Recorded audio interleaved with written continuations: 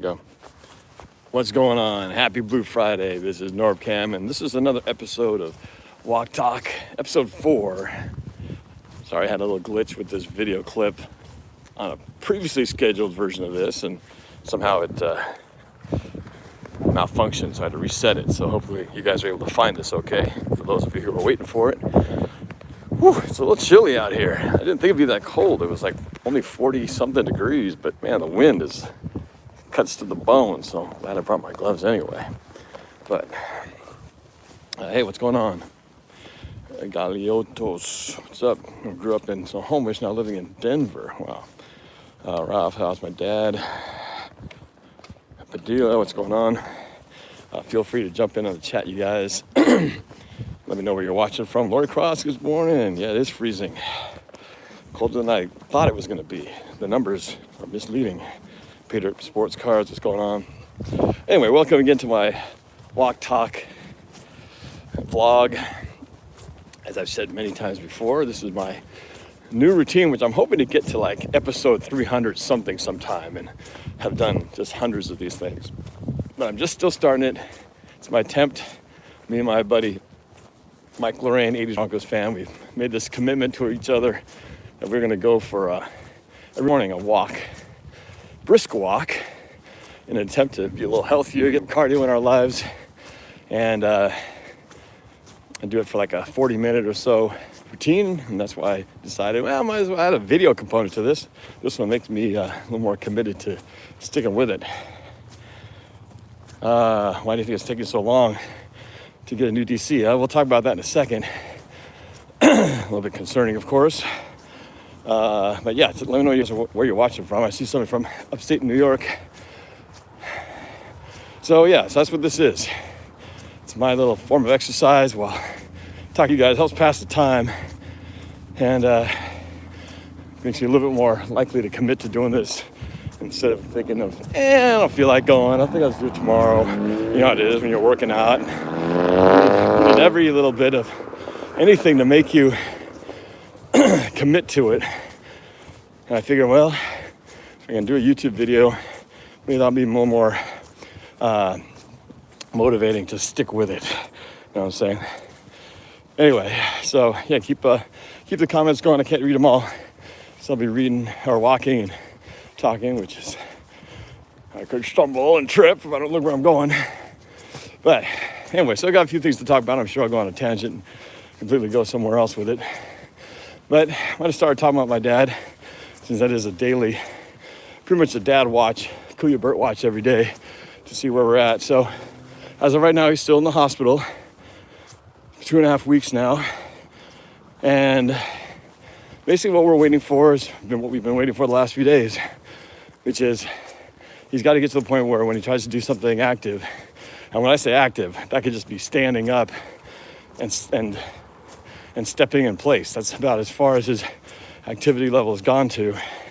So seemingly nothing that strenuous, but in my dad's world right now, just getting up is a hard enough chore. So, but you can imagine the big deal, because my dad was walking the Seahawks games, a good couple miles before all this happened. So it's been quite the adjustment for him. But he's at a point right now where at rest he'll be fine with no oxygen, breathing on his own. But once he starts to do something active, his breathing suddenly becomes shallower, needing oxygen. So it drops from like a 97% blood oxygen level to under 90. So they just got to get to where if it drops, it's got to stay within like the 92, 93% threshold. If it drops below that, it's too dangerous of a risk. So he can't leave the hospital until he gets to that point. So that's really it. But yesterday was a good day for my dad. Combination of things. I think therapy's been a little more regular. So they're working with him more and more. So I think he's getting a little more comfortable with it. But more importantly, I went with my mom yesterday. We got a few errands to run, and one of those we decided to bring my dad some home cooked food. So my mom made him this chicken rice soup. We packed it in a little bag, and I also included several get well cards from our family, as well as from some that we had received from others, including Mama Blue, Seahawks Martin, and Alina Dahl, one of our fabulous moderators. She sent this pack of cards, including one for me, which I'll show later when I have it with me in the studio. But she sent a get well card to my dad, and was really a really nice message. Really cool card, actually. It was like one of those 3D pop-up cards. Remember the storybook, children's books, where you open it up and this 3D paper, shape of something unfolds and pops up, and you close it and folds back up. So it was a cards that she sent with that sort of design. So it was really nice, really cool. So I'll show it to you later. So my dad was really happy to get both of those things, the cards and the food, and then just had an overall good day. So it was nice to see him happy, and I feel like he's improving. It's just trying to get closer and closer. Our goal is that, my hope anyway, is that with Super Bowl a week from Sunday, my hope is he can be at home by Super Bowl. It'd be a dream if he could watch the game with me like the good old days on camera. That might be a stretch, but I'll take him just being out of the hospital and being at home. I want to show you, I haven't really showed this to you, a little map. This is the route that I go from, the Woodside neighborhood. So this is where I go. So I start here. This is where I'm at. I won't show you exactly where my house is from, otherwise you'll figure it out. But I go down this way. So I take the blue, it's called the Woodside Trail. And I go over here, up through here. This is that road that I cross.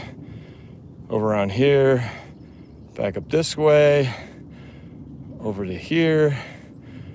And this is where we go out. Actually, right about here is where we go out by the power lines. And then out to the road, and then back home. So I don't really know exactly how long it is.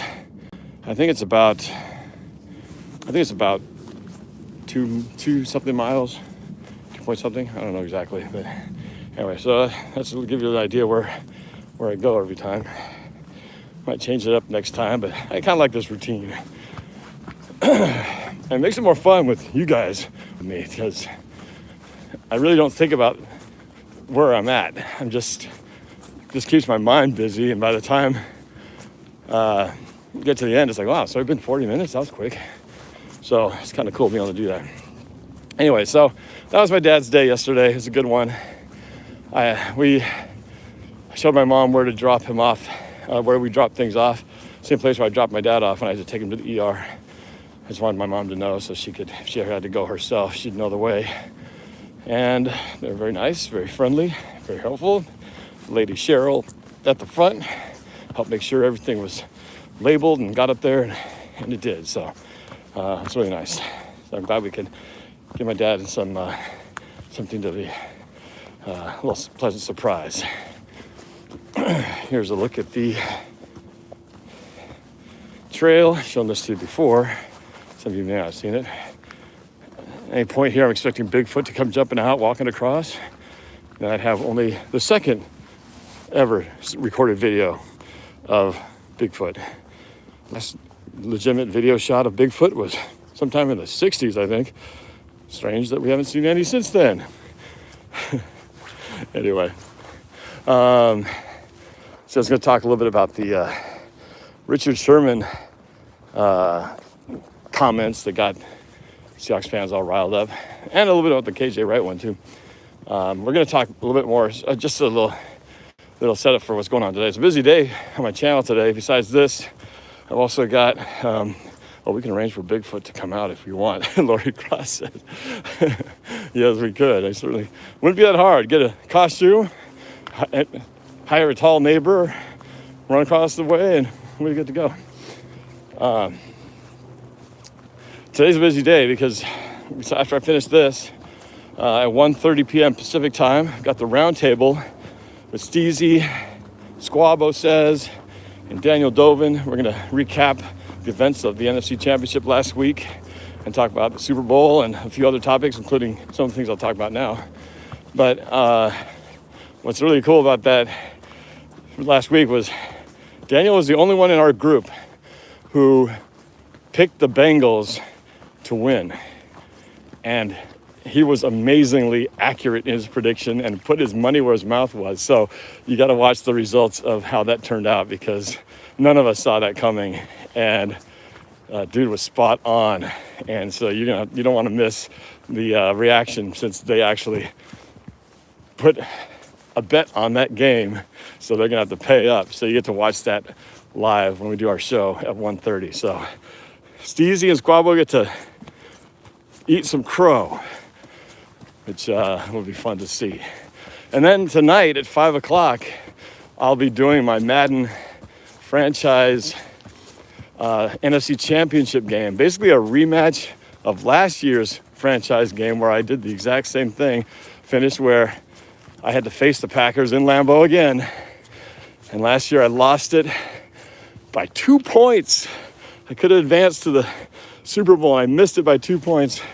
I'm hoping to get past the Packers this time in Lambeau, something the real Seahawks haven't done, and apparently I haven't done it either. So it's going to be a challenge for sure, but it'll be fun. So 5 o'clock tonight, Pacific time.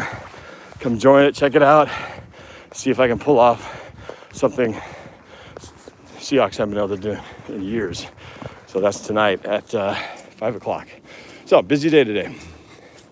So back to the Richard Sherman thing. So he was on his podcast, Talk with Cliff Averill, and they were talking about the state of the Seahawks, and they got to talking about the 12s, and Richard Sherman basically called out the 12s, saying that Seahawks fans are spoiled, that we hadn't done anything until 2013 when they won the Super Bowl, and after that everybody just expected we would be winning, and that we raised the bar to this super high, lofty expectations, maybe unrealistically high. But then when it came time, here's where he really stuck his opinion out there.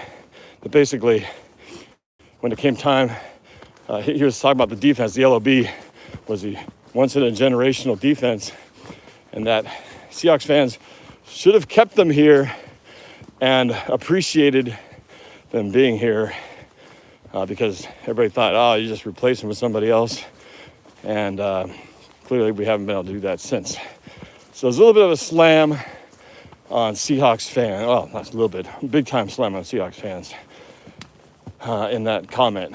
Now, I will play that actually during the show so you can hear the tone. Because sometimes, you read something and with the way you read it or paraphrase it doesn't sound the same as hearing the actual words coming out of somebody's mouth, because there's inflection, there's tone that's missing. Just like when you text message somebody or email in a conversation, which that's one thing I don't like about text-based conversations, is that sometimes things get lost in translation, and sometimes a benign, neutral comment could be taken as sounding short or angry just because of the way you typed it, or maybe you didn't type enough words and it sounded short, but you didn't intend anything by it, or vice versa. Sometimes it can come off the other way. So I've never liked that about typing things out. So you get to hear the words directly out of his mouth. But my thoughts on that, I do actually agree with him to a certain point, in that we did get spoiled by the run of the Seahawks, especially from 13 to 14 and subsequent years, really 4 years in a row before we didn't make the playoffs in 17. Because after Super Bowl 48 and 49, I think we all felt like, well, we should be making it to the Super Bowl every year now. We were that close to winning one yard away, and well, doggone, let's just get it next year. And that's when started the run of losing and not getting past the divisional round. And that's when issues started coming up where the defense slowly over time, piece by piece, we started to lose the guys. Started first with, well, who was it first? It was Sherman and Chancellor. We lost them both, I think, in that same game against Arizona. And then we eventually lost Earl after that. So I think I agree with Sherman in that Seahawks fans are spoiled or have been spoiled. I've been saying that myself, in that unless you were around during the bad days of the 70s, most of the 80s, almost the entire 90s, with the exception of 99, it was pretty bad. And it wasn't until 99 we had a taste of the playoffs, lost in the wild card in the Kingdom in the last game in the Kingdom.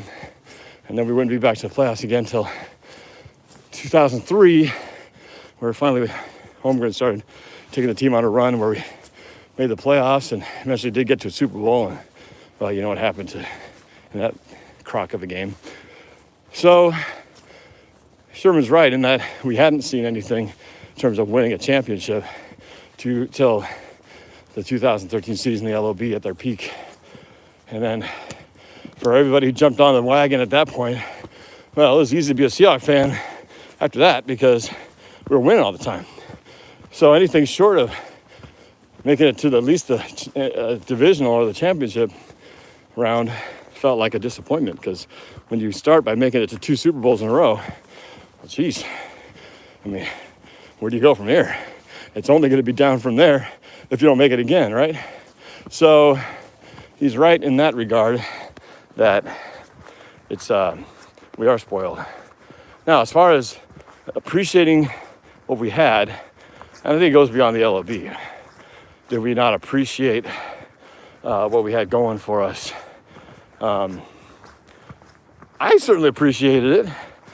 I don't know about everybody else, but I consider ourselves very fortunate to be in the playoffs every year.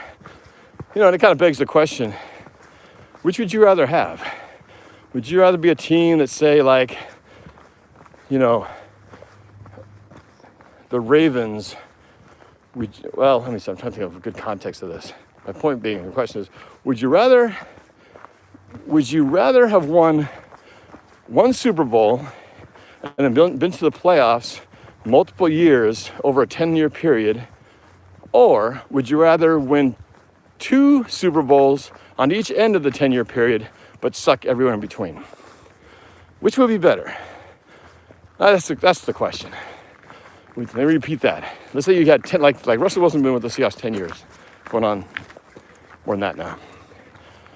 Would you rather have, in that span, won 2 Super Bowls, let's say one in 2013 and one in 2021, but had like sucky 49ers style, Arizona style, Rams style, sucky years in between the entire way, where you're like 4-12, 5-11, below 500? Would you rather have had 2 Super Bowl wins and a bunch of below 500 games, or would you rather win 1 Super Bowl and make it to the playoffs almost every year?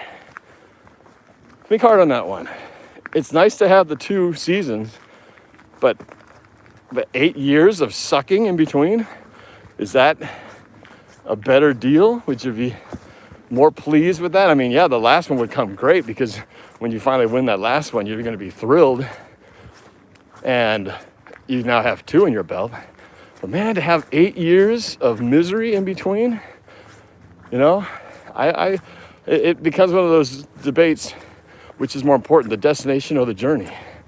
Because I kind of enjoyed battling for the division every year, being in the playoffs. There's an excitement about being in the playoff games, wild card games, divisional games. And yeah, if you don't win it, you're disappointed ultimately, but you enjoyed it. You had meaningful, important football through January and sometimes into February. You had that versus your season's over by October or November. Would that be worth the trade-off? You have to really ask yourself if that's really the deal. It's easy to say, oh yeah, I'll take the 2 Super Bowls, because winning, that's all that matters. But sometimes it's what's in between. It's the journey every year. And especially for us season ticket holders, I kind of like going to games where in December, you know, I have hope that we're going to have a chance to make it. And that makes that year, the whole year, fun. The entire start to finish was exciting. Ultimately disappointing and painful at the end, but you had that going for you every single year. So think about that. Let me know what you think about that, the difference between the two. Anyway, so Richard Sherman basically went on to say that he basically was backing up Pete Carroll in that the winning formula is running the ball, solid defense, and controlling the clock. And that if it had been Russell Wilson hucking the ball all over the place, then let Russ cook hasn't worked and would not work. Would not have worked the first time and isn't the formula now. So that's Richard Sherman's take on the whole let Russ cook philosophy. So you have to listen to it. Like I said, I'll play that audio piece. I wonder if I missed my turn. I feel like I missed my turn. I got too much on my rant. I think I missed my turn. This doesn't seem right. I think I've gone too far. I'm getting lost in my own woods here. What the F, man? Oh well, more walking for me. More time for you. So check out the show. I'm going to get the guys' takes on it. See what they think about it. And then KJ Wright on the podcast interview that he did a few days ago was asked about the Ken Norton Jr. firing and his reaction to it. And he said that he was disappointed, upset that Ken Norton Jr. got fired. And he said, where did this come from? Was it from above? Because if it was, and the issue was we need to do something about the defense, he feels like Pete Carroll is just as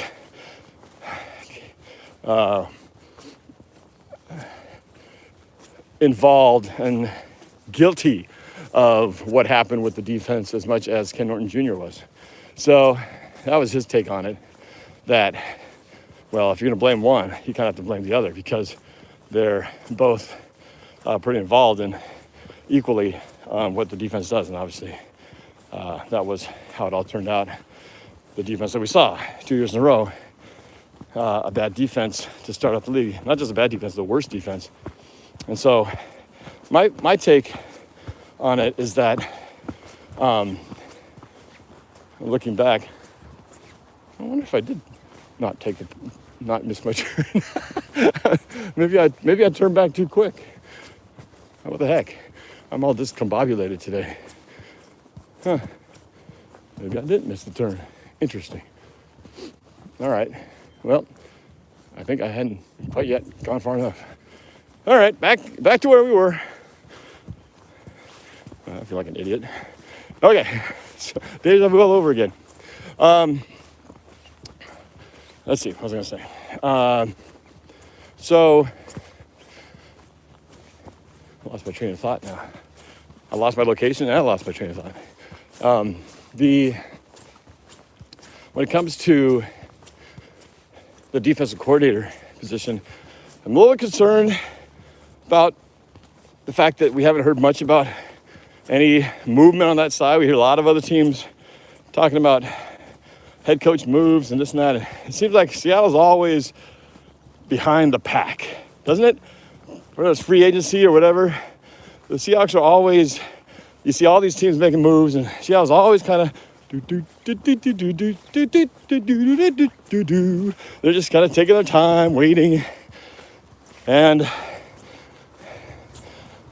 seems like they're doing the same thing here. So I don't know what's going to happen.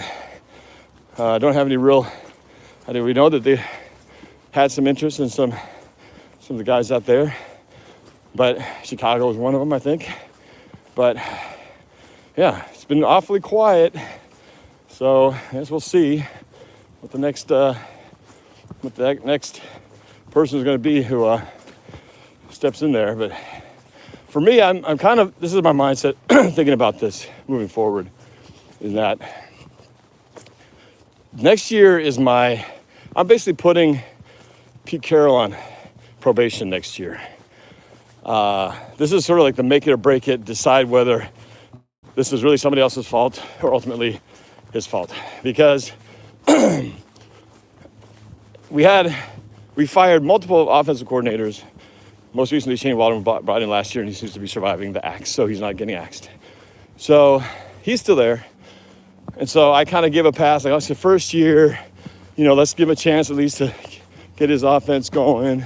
Oh, I was right there. I turned back like 10, 20 paces too soon. Here we go.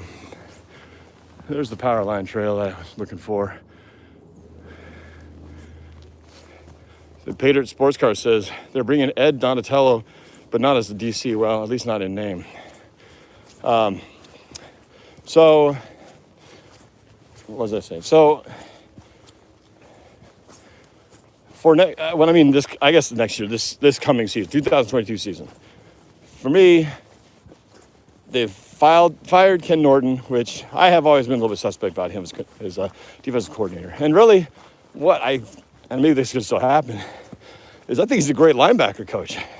All the linebackers who played for him have all been great and really love him. Hence KJ Wright standing up to his defense, Bobby Wagner being what he is. I don't think anybody would question his abilities as a linebacker coach. Why not keep him as a linebacker coach? Fire him from defensive coordinator, but keep him on staff for that, because obviously he does a good job in that. And sometimes coordinators just aren't, or coaches aren't meant to be coordinators. And sometimes coordinators aren't meant to be head coaches. And sometimes they're just best in certain positions, right? Dan Quinn, perfect example. He stayed on board with the Cowboys. I would love to have him back as D coordinator, but he's pretty happy where he's at. And he didn't have great success. Should have won Super Bowl 51. That would have changed everything for him, but it didn't. But he seems to have found that his niche really is staying at the defensive coordinator spot, and that's totally fine. Not everybody is meant to be a head coach. It's a different skill set. And so we'll see what happens to Ken Norton Jr. I don't know where he's going yet. But, for next year is my Pete Carroll probation year. Because by next year, he would have had an offensive coordinator for his second year. He would have gotten rid of the D coordinator who, if you justify the firing of Ken Norton Jr., he was the one responsible for the 2 years in a row starting out as the worst defense in the league. So the new D coordinator, if they start out like they did the last 2 years, well, I don't think you can put any more blame on the D coordinator. You got to look at the one thing that's the common factor in all of that, and that would be Pete Carroll, who ultimately, as a coach, he's a defensive-minded coach, secondary coach. So I don't think you can put the blame anywhere else than on Pete Carroll. So he's ultimately going to be the one I think has to answer for how the defense responds next year. So the leash is short next year, and at least in my personal opinion about my feelings of Pete Carroll as head coach, at least in terms of involvement on the defense. Shane Waldron and I guess as a whole, because really everything has to go through the head coach. And with all new coordinators in there, there's no one else to lay the blame on. So that's my overall feeling. Next year is a watch it year. And that's going to be, I think, the pivotal year really for everybody. Because even for the Russell Wilson, with all the Russell Wilson talk that's been going on, he is ultimately, this is really not the year for Russell Wilson talk to be at such a high fever pitch. It'll be next year. Because when it comes to re-signing people, it's that year before that is kind of the year that counts. When you expect that if you're going to keep a player, you're going to take care of his contract the year before it's about to expire. So Russell's got 2 years left. So after this season, next year is the sort of renewal. Let's get down to business and decide if you're staying for the long term or not. And we'll know. By next year, this time, it'll be really crystal clear as to the direction of where things are going. And that's where the real reality of possibly Russ not being here, I think will hit things hard in terms of what to expect. This year is just premature. Too much talk right now. So that's kind of where we're at. Oh, we got people up ahead. Good morning. Oh, yeah. Doggy. All right. So we've come to that point again in the walk where, lo and behold, it's the power lines. This means I've hit, I don't know, about the 5/8 mark, not quite 3/4. But I'm getting out of the woods. So there we go. So we'll see what happens there with next year. Next year is a big year for the organization. And again, Russell Wilson may have already decided where he wants to go, and it's just a matter of time. Or he's also taking it year by year. Or he really does want to play for Seattle, and there's no intention of going anywhere. And this is all a bunch of smoke and mirrors, and maybe just a way to kind of leverage and keep the Seahawks on their toes so they don't just, it's bad business. If you're Russell Wilson and his agent, take the logo off your helmet for a second and just be a business person. If you own a business, a contract, and one side knows the other side is perfectly happy to take whatever they can get, that's a bad deal, right? If I went to we do bids for jobs, if we went in there just saying, hey, we just want to work with you, we'll take whatever you're willing to give us. It's a horrible deal, because even if it is a very mutually happy relationship, the other side is going to, pragmatically offer you the lowest they can, because that's what a good business person would do. You're going to try to get the most value for what they can, just like all the players do the same thing for themselves. So I would expect Russ to try to keep the Seahawks a little bit guessing, a little bit wanting to make sure they want to keep him here, giving him as much power and financially, of course, but also that he can get as much control that is allowable. People haven't been talking about it much lately, but remember a couple of years ago when he re-signed his deal, and part of that was thinking maybe Russell Wilson's going to ask for a percentage of the cap. Remember that? That hasn't come up in a while. But there's always that possibility that instead of a fixed guaranteed salary, you do a fixed percentage of the cap. And that's a great deal if you're Russ, because that cap goes up every year. That means every year your percentage and your take goes up every year. Probably bad for the Seahawks, good for Russ, but you'd also have a certain amount you'd figure to be part of when it comes to the cap. Anyway, so that is all yet to be determined. Hopefully this year, can they get it done? Can they do enough to compete with the San Franciscos and the LAs of the NFC West? Obviously, we know who the big bullies in town are now. I mean, the Niners, granted, we swept them, which is still amazing to me that we did that and that they've made it as far as the NFC Championship. But we did sweep them. But the Rams, they've been a thorn in our side perennially the last couple of years. So how do we get past that? That's why I so badly want them to lose. I want this house of cards of theirs to come crashing down with all the investments and all the all-in that they've done this year. I want the experiment to not work. There's nothing better than watching a movie about poker where somebody goes all in, the villain goes all in, like the movie Rounders. You guys ever saw that? John Malkovich and what's his name? Shoot. Who's the star of that movie? He was in Good Will Hunting. I got it. Anyway, you know what I'm talking about.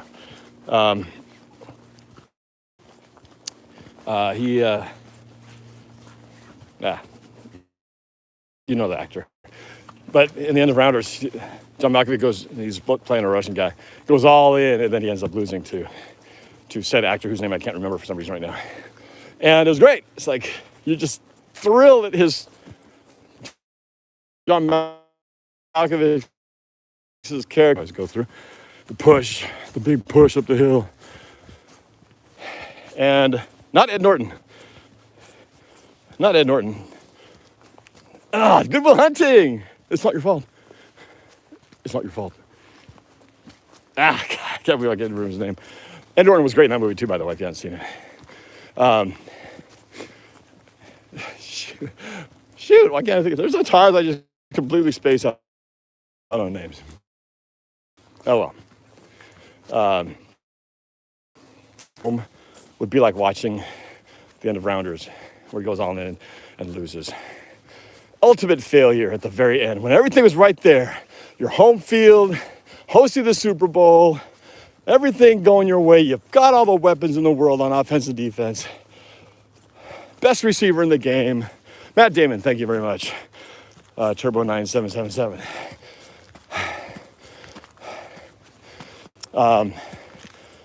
That would be the ultimate thrill of watching the Super Bowl finish, especially in a heartbreaking manner. It wouldn't be fun if it's a blowout, like the Bengals win like 29-10 or something. It's got to be one of those 28-24 types of 1 yard line, because there's just something, well, when you've been through it yourself, you just wish the same upon your opponents. That's all I'm saying. All right, reach the top of the hill. Yeah, or in OT. I was gonna show this view every time I come up here. Video when I'm up here doing episode number 365. That'd be a cool day when I can say, hey, I've done this for a year now. I've lost 30 pounds. Less than 190. That would be pretty amazing. But one step at a time, one walk talk at a time. We'll see. How's it going? NorbCam. Yeah. You still doing that? I'm doing it right now. Oh, you are? Yeah. Say hi to the 12s up there. What's up, NorbFam? How you guys doing? How you doing? Hey, man. What's your name, man? Al. Al? Yeah. Seahawks fan? Seahawks fan. All Well, right. not so much this year. Oh, what are you talking about? You got to be a fan whether we're winning or losing. Yeah, I know. You just, I was just talking about the Super Bowl. I assume you must be rooting for the Bengals this year. You hesitated. How could you not root against the Rams? No, I am. Yeah, it's just. It's been a tough season. Yeah, it's been a tough season. It's a tough season. It's tough to root for anybody, really, Well, yeah, that championship game, Niners-Rams, is like, God, pick your poison, right? But, yeah, exactly. So, but now it's like Bengals all the way. Plus the Bengals hadn't won jack in like 30-something years. That's true. It's pretty exciting for that fan base and everything. Oh, I know. They haven't been there in God knows how long. Yeah. Never, right? Yeah. So I got to ask you some questions. We've been kind of discussing some topics. So, Russell Wilson, will he be the long-term quarterback, at least for the next contract period? Will he be back at least next year and maybe for the next 3 to 4 years after that? Ooh. After this season, I think, we finished strong. I think he'll probably stick around. Yeah? Yeah, I think he will. If we finish, what does finishing strong mean? Well, towards the end of the season, we had some good games, I think. Yeah.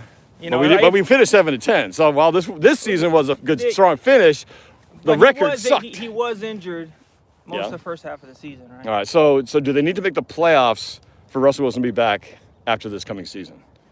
Is that a requirement? Next year, are you talking about I'm talking about 2022, next year. I think so, yeah. So absolutely. Playoffs or bust, basically, for Russell Yeah, Wilson. if we have another rough season, I think he's gone. And do you think what team can he go to, really? Well, that's the big question. Yeah, because he's not going to go to a losing squad. Right, and any team that he might think, oh, the grass is greener over there, let's go there. They're going to have to give up a couple, 2 or 3 first-round draft picks and who knows what else, which is going to take away from their future assets. So he's going to hamper some team's future just by going to them. Exactly, and a lot of the bad teams already got good quarterbacks now, Right, but there's plenty of teams who will be like, man, we're like 1 quarterback away.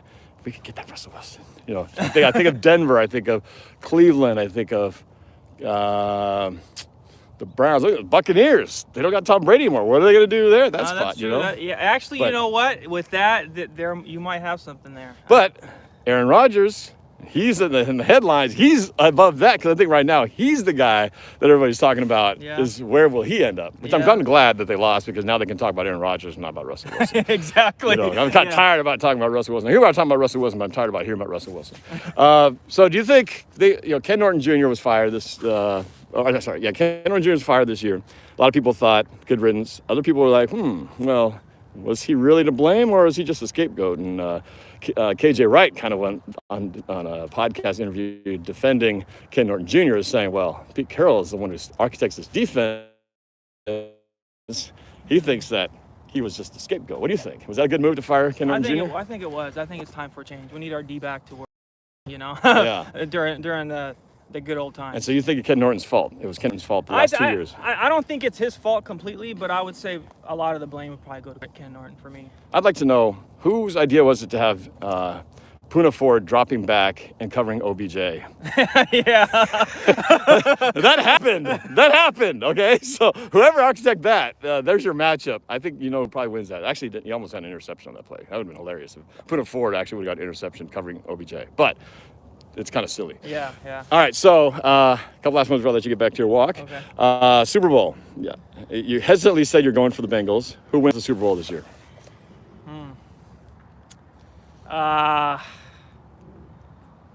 My gut tells me Rams, but I'm rooting for the Bengals. Okay, all right. Rams, I believe, are favored by 4, which is just a slight bit of an edge over that whole home field advantage thing. Yeah, their defense, Aaron Donald's tough. And offensively, man, all those weapons. And their weapons. Cooper Kupp, OBJ, Yeah, it's just, Jefferson. Experience with Stafford. I know he hasn't been to many Super Bowls, but he's got experience, and he's hungry this year. He wants it. He's been to no Super Bowls still this year, and Yeah. he'd only won playoff games this year as well. So everything is new for him, but it's about as good a deal setting the table up for him that it's ever been. So it's going to be a tough situation. But I don't know, Joe Burrow, man, he's got that wild card kind of. He does. He's kind of loose, reminds me confident of Wilson, like in his younger years. Yeah. He plays well. He's super confident.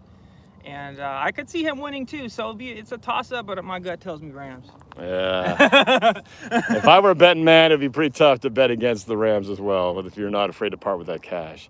All right, last one. Seahawks record next year, and how do they finish? What is their final loss of the year next year? I know there's a lot to put on you, but that's what we do. I'm gonna say 11-5. We'll have to be 11-6. 11-6, yeah. Yeah, I know. So Extra get used to games. 17 games. Yeah. 11-6. 11 Okay, and that sounds 6. good enough for the playoffs, right? Yeah. And so how far do they go in the playoffs? I'm gonna say second round. So they lose in the divisional. Yeah. We don't have a team quite there yet. I mean, I think we need some pieces. What pieces do we need? I would say we need probably another D end. I would probably go for another safety. Oh, yeah, safety. Okay. So do we not re-sign Quandre Diggs, who's a free agent this year? He's long in the tooth. I mean, if we do maybe a 1-year deal, and then maybe get a safety in the draft. Are you happy at corner? No. So we need to get a corner. We need to get corner too. Do we re-sign Bobby Wagner, who's going to have a huge cap hit next year? These are the tough questions, aren't they, for Seahawks fans and I have a and signed GMs? Super Bowl ball from Bobby Wagner. Really? Would say, yeah. I would say yes, because I mean we still have to build a team. I'd say sign him again. Okay. And he's been solid. He it's a lot of money. well this year. Yeah, it's a Pro Bowl again. I'm hoping maybe he can. Everyone's like, oh, just have him rework the contract.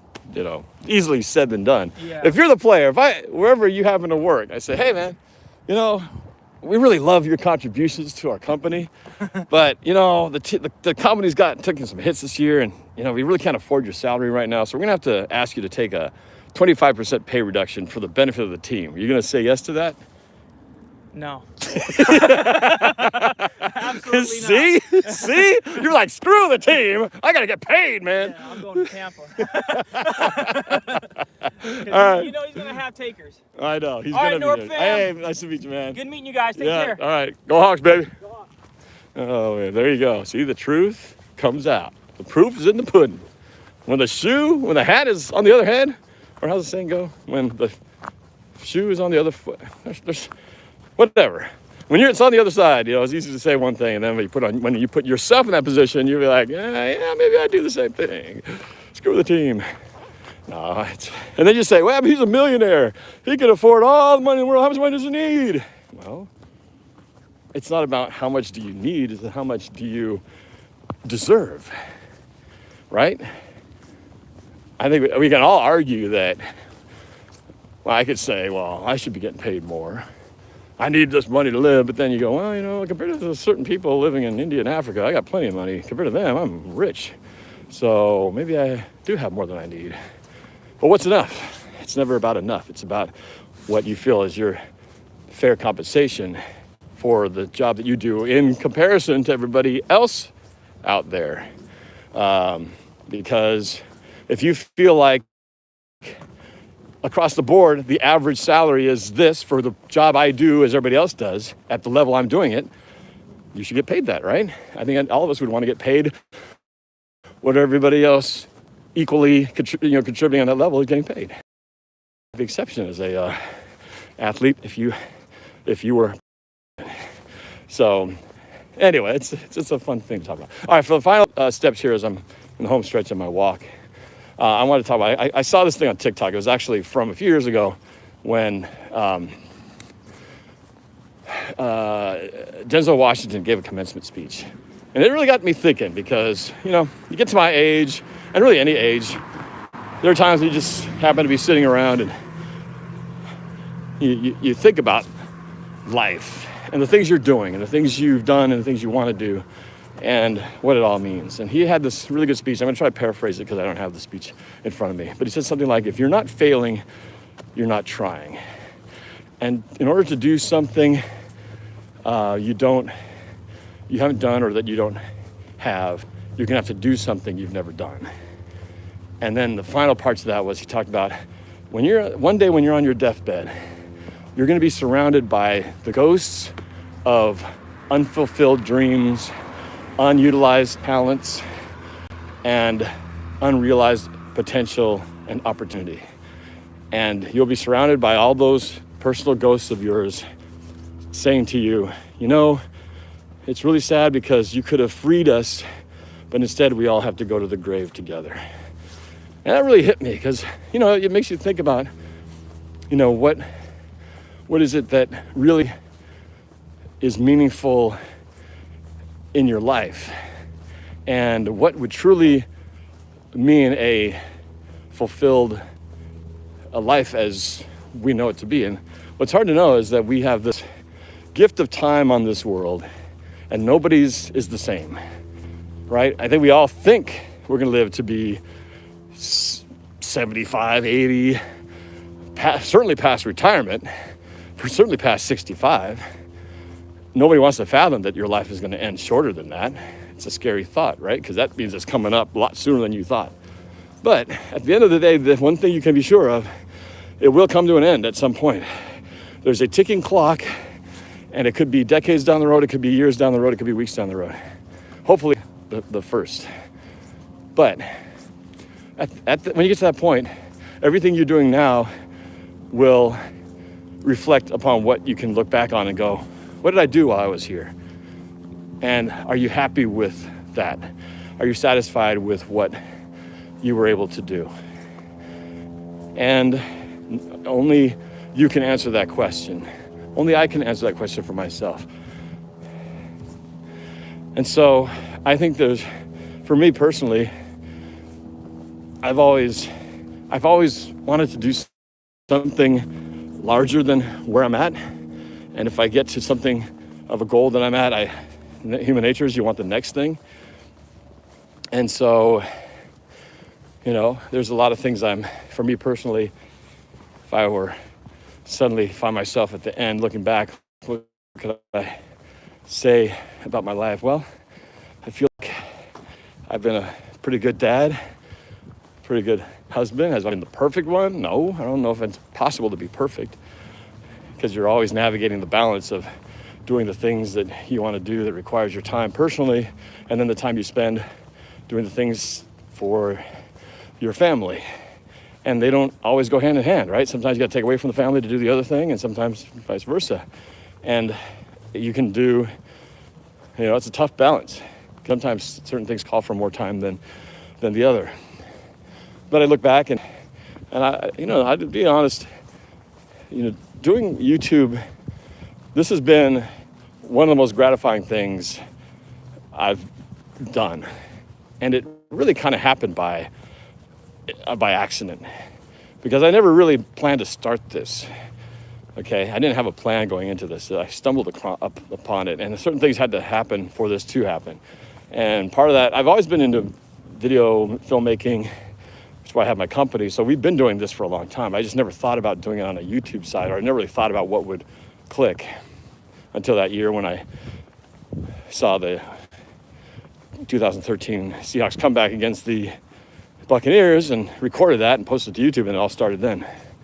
But that year, certain things had to happen for me to even pursue doing this on a more regular basis. And one of those things was at that time I was involved in a dance cover band. And we were pretty successful for the several years that we did it for. At the peak, we were performing probably 4 nights a week. We would perform Wednesdays, Thursdays, Fridays, and Saturdays, and sometimes more if we got hired from like a big corporate event or something. And I enjoyed it. I loved it. I was in shape. I talked about how at one point I got it down to 189 pounds. I'm at 216 right now, so that's how much I gained. That's 27 pounds from the time when I was at tip-top shape, because we would be dancing around moves, 3 1-hour sets. So it was a workout, and we were doing it every week. But it was fun, being to perform live, doing, some of my favorite songs from the old school and new songs. I mean, it was a blast. But certain factors came along that ended up resulting in me leaving the band in 2013.